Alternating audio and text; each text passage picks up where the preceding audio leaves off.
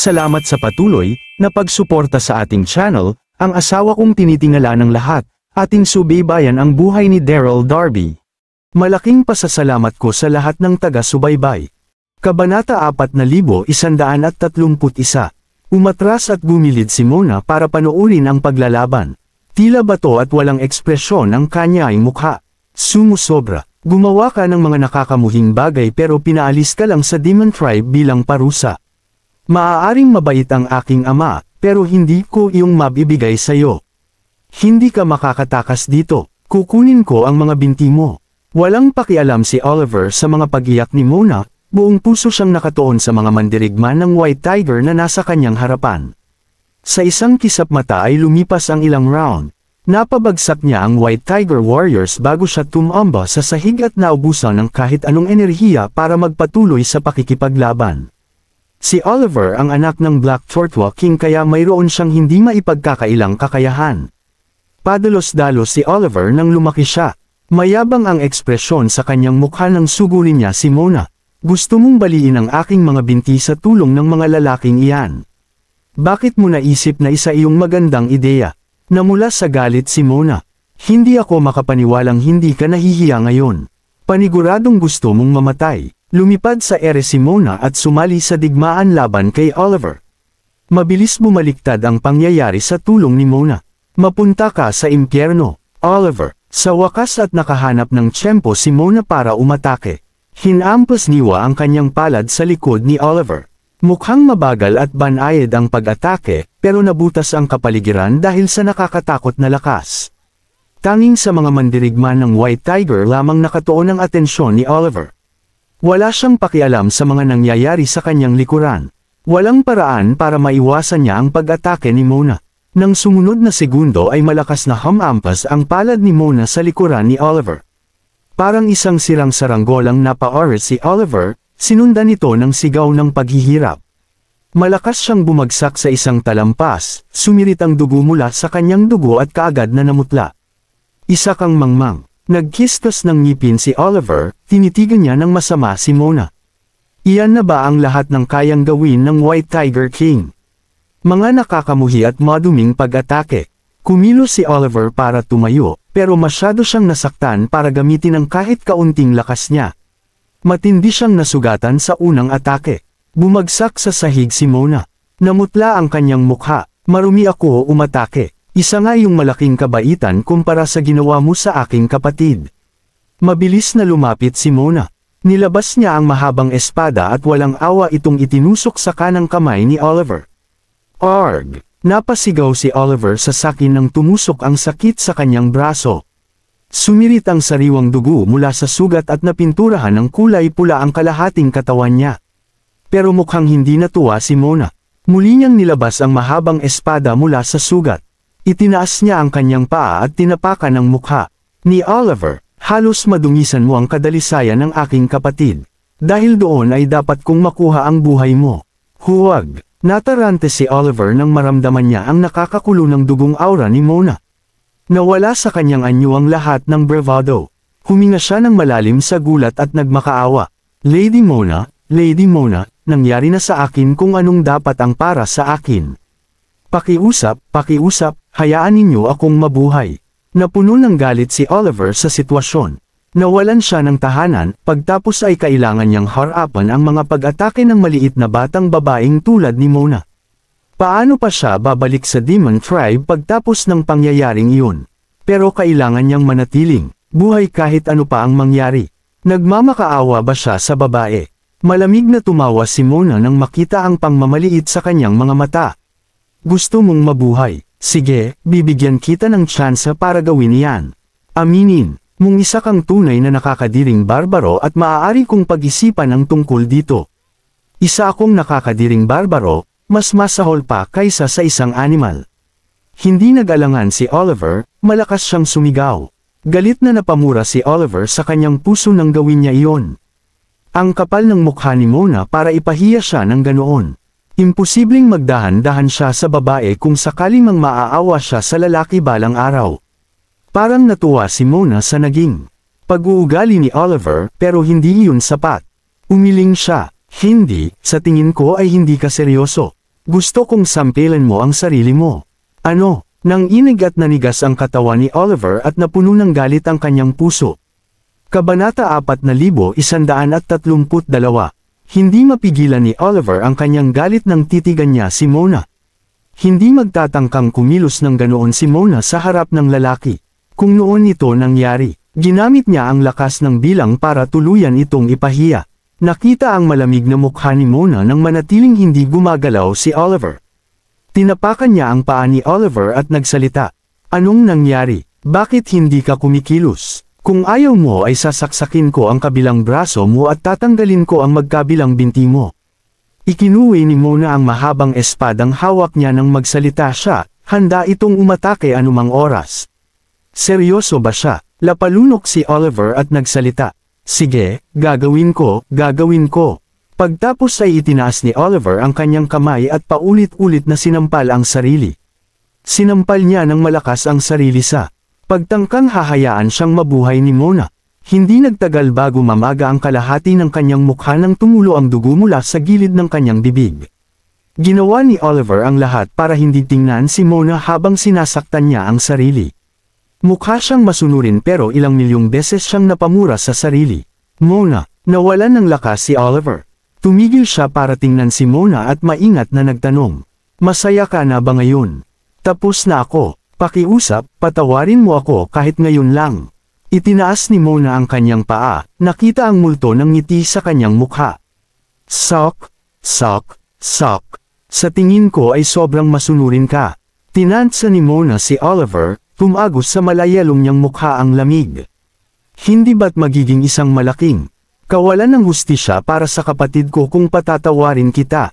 Hinawakan ng mariin ni Mona ang mahabang espada nang sambitin nito ang huling salita. Matalas niya itong hiniwa pababa at naputol ang binti ni Oliver. Kaagad na napinturahan ng dugo ang hangin at maraming tumulo sa sahig.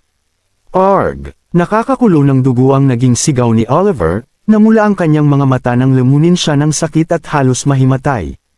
Ikaw, wala kang awa. Patay ang mga mata ni Oliver nang titigan niya ang mga mata ni Mona, puno ito ng galit. Bakit mo yang kailangang gawin? Sabi mo ay hahayaan mo ako. Walang ibang gusto si Oliver kundi ang patayin si Mona. Hindi niya kailanman naisip na hindi tutuperan ng matigas at brat na si Mona ang kanyang mga pangako.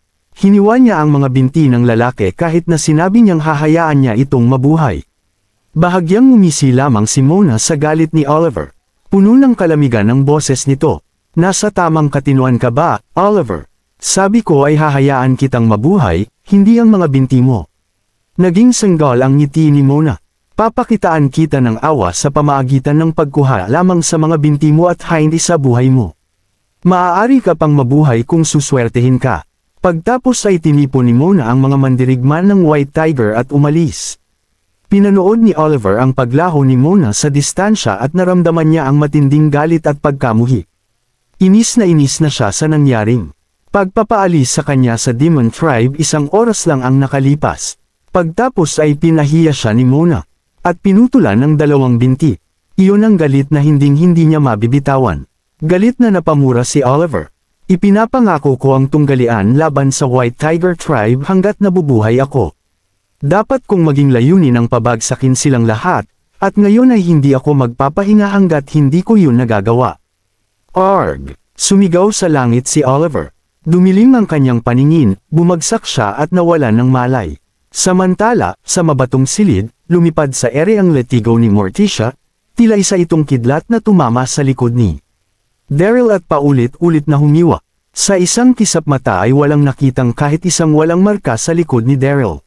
Sira-sira ang kanyang damit, punit ito at maraming nahigop na dugo. Kinailangan samandal ni Daryl sa kanyang pisikal na lakas at lakas ng loob. Unti-unti niyang hindi kinaya ito ay sumigaw. Iyan lang ba ang kaya mo, halimaw?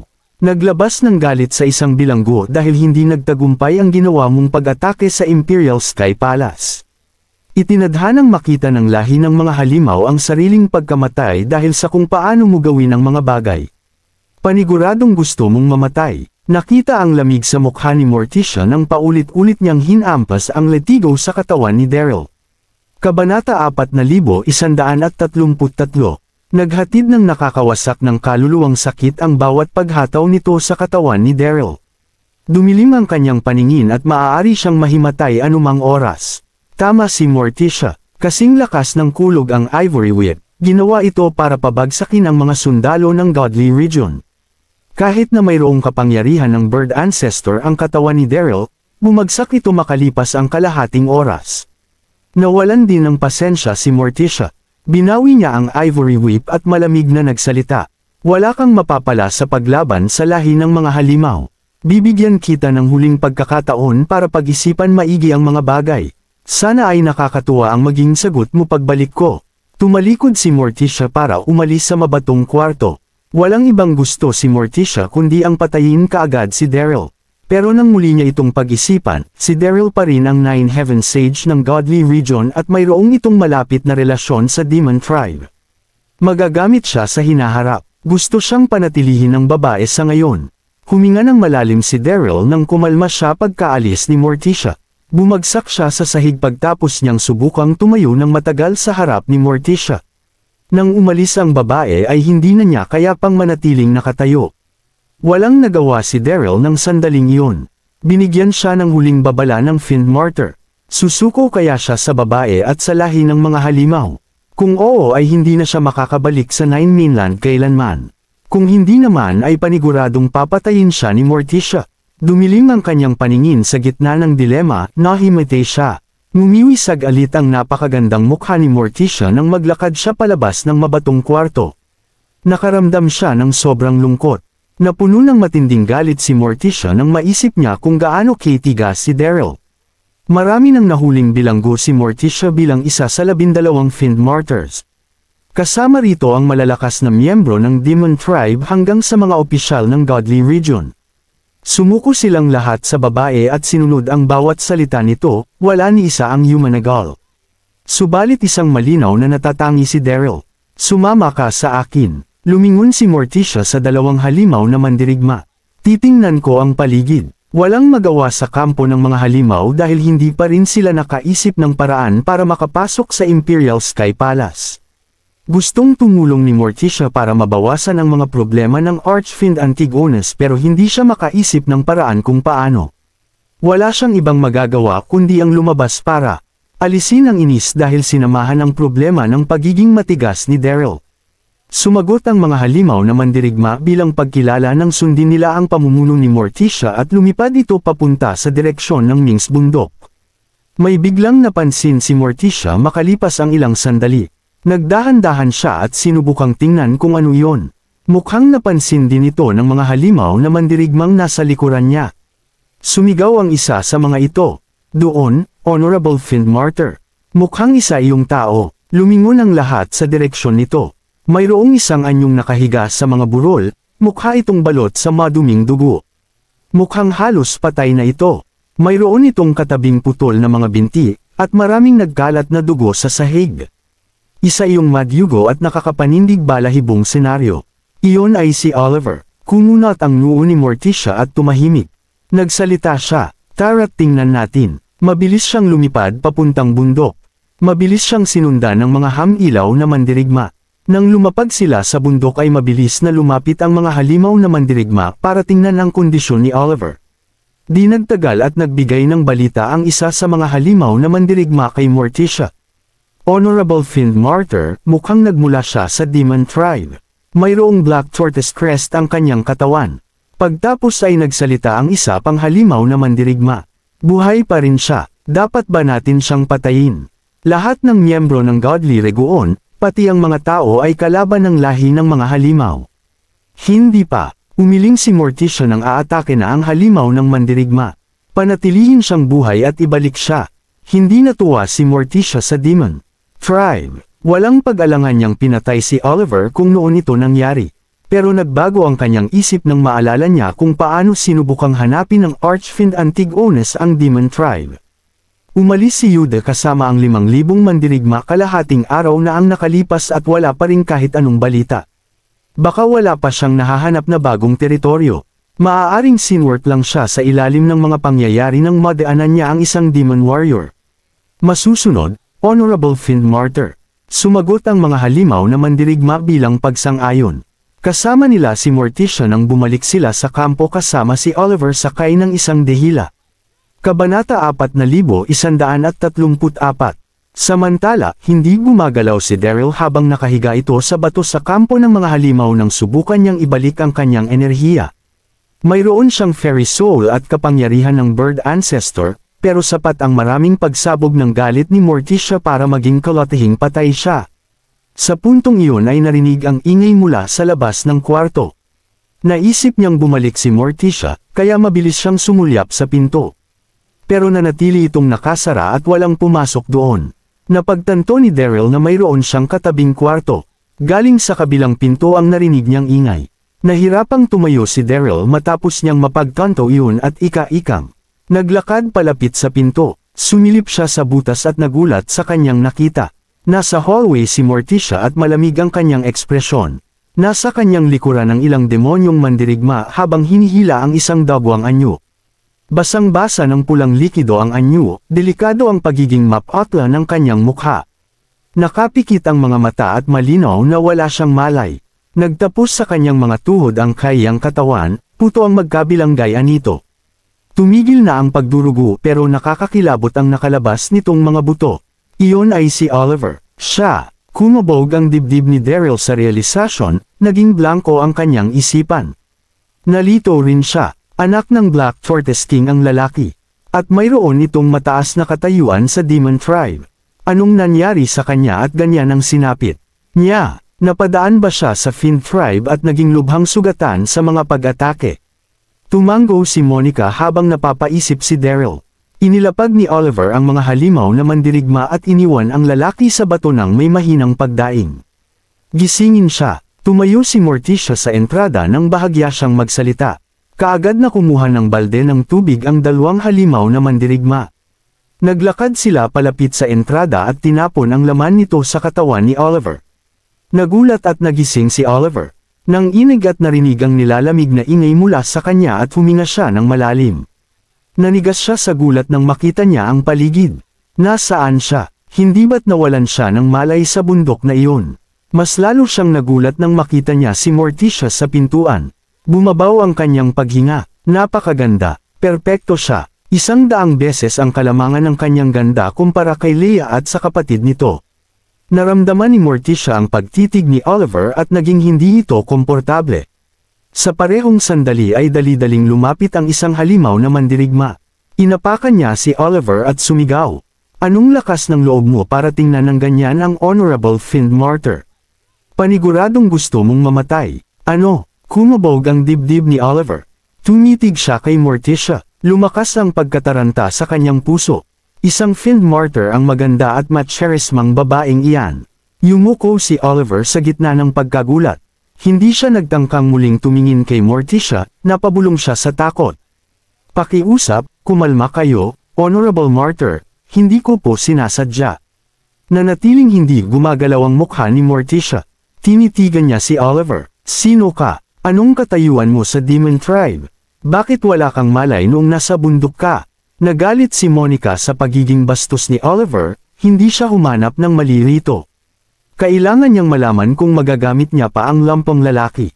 Tinalasan naman ni Daryl ang kanyang tainga habang nasa kabilang kwarto siya.